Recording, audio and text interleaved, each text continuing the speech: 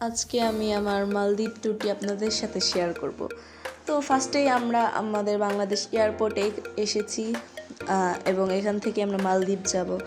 এই এয়ারপোর্টে এসে আমরা ফার্স্টে আমাদের লাইনে দাঁড়ালাম, আমাদের চেকিং করা হলো, অতঃপর আমাদের ঢুকতে দেওয়া হলো এয়ারপোর্টের ভেতরে এবং আমরা কিছুক্ষণ আমাদের ফ্লাইটের জন্য অপেক্ষা করছিলাম এখানে বসে এবং বাইরে থেকে এবং ভেতরে আমরা ঢোকার সাথে সাথে আমাদের সিটটা আমাদের চোখে পড়লো, কারণ আমাদের সিটটা ছিল সামনে, তাই আমাদের খুঁজতে খুব একটা অসুবিধা হয়নি।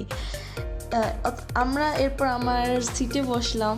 সিটে বসে আমাদের যেই প্লেনটা এখনই ছেড়ে দিবে, তো আমাদের প্লেনটা এখন ছেড়ে দিল আস্তে আস্তে, মালদ্বীপের উদ্দেশ্যে রওনা হলো এবং 4 ঘন্টার মধ্যেই মালদ্বীপ এয়ারপোর্টে এসে আমরা ল্যান্ড করলাম। এখানে দেখতেই পাচ্ছেন মালদ্বীপ এয়ারপোর্ট কত সুন্দর।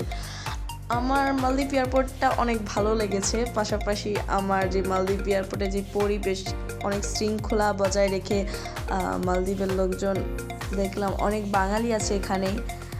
এরপর আমরা আমাদের লাগেজ নিলাম, লাগেজ নিয়ে বাইরে আমরা বের হব। বাইরে আমার বাবা, আমার আব্বু আমার জন্য ওয়েট করছে, অনেক দিন পর তাদের সাথে দেখা হবে এবং বাইরে আসলাম।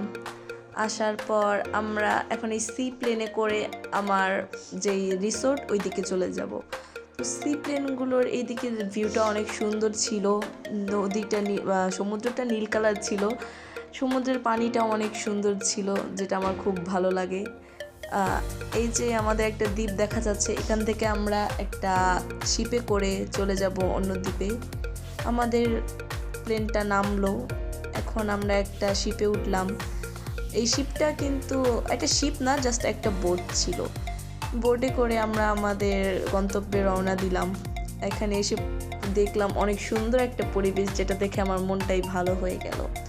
দেখার সাথে সাথে আমি কিছুক্ষণের ভিতরে আমার রুমটা দেখাচ্ছি। তো এই যে ছিল আমাদের রুমটা খুব সুন্দর ছিল। ভিডিওটা শর্ট করার কারণে আমি আমার পুরো রুমটা শেয়ার করতে পারছি না। বিকালের দিকে আমি পানিতে নেমেছিলাম, সমুদ্রের পানিতে, এবং পানিটা অনেক লবণাক্ত ছিল। আমার বোনও এখানে অনেক মজা করছে, আমরা দুজনেই অনেক মজা করি একসাথে থাকলে।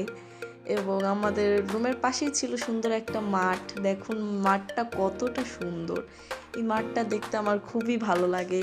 আমার যখন মন খারাপ হতো তখন আমি এই মাঠে এসে বসে থাকতাম, যেহেতু আমরা মালদ্বীপ অনেক দিন থেকে ছিলাম, প্রায় 1 মাসের কাছাকাছি। এদিকে বাচ্চাদের জন্য কিডস ক্লাব ছিল, যেখানে আমার ছোট বোন অনেক মজা করতো, দুষ্টুমি করতো, আর এখানে বড়দের নামা নিষেধ ছিল।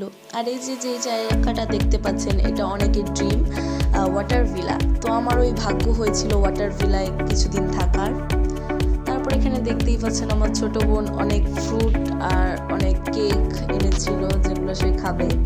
আর আজকে তার বার্থডে ছিল যেহেতু, তাই তার জন্য একটা বার্থডে পার্টির অ্যারেঞ্জ করা হয় এবং সেখানে একজন লোক ছিল যার সাথে আমার অনেক ভালো ফ্রেন্ডশিপ হয়, সে ভালো পিয়ানো বাজায়।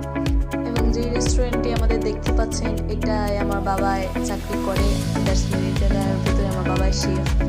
তো এদিকে একটা গাড়ি ছিল, যেটা আমাদের বাংলাদেশে অটোর মতো। এই যে ড্রিম ওয়াটার ভিলার সুন্দর একটা দৃশ্য, যেটা সন্ধ্যাবেলা ভালো দেখা যায়। আর সন্ধ্যার দিকে আমি সুইমিং পুলে নিয়েছিলাম, যেহেতু আমি আর বেশি দিন এখানে থাকবো না। তো আজকে ছিল আমার ফ্লাইট। এদিকে আমার আম্মু কিছু কবুতরের সাথে ছবি তুলে নিচ্ছিল, আমি একটা ভিডিও করি। এই মাছগুলো ছিল খুবই সুন্দর এবং লাল কালারের।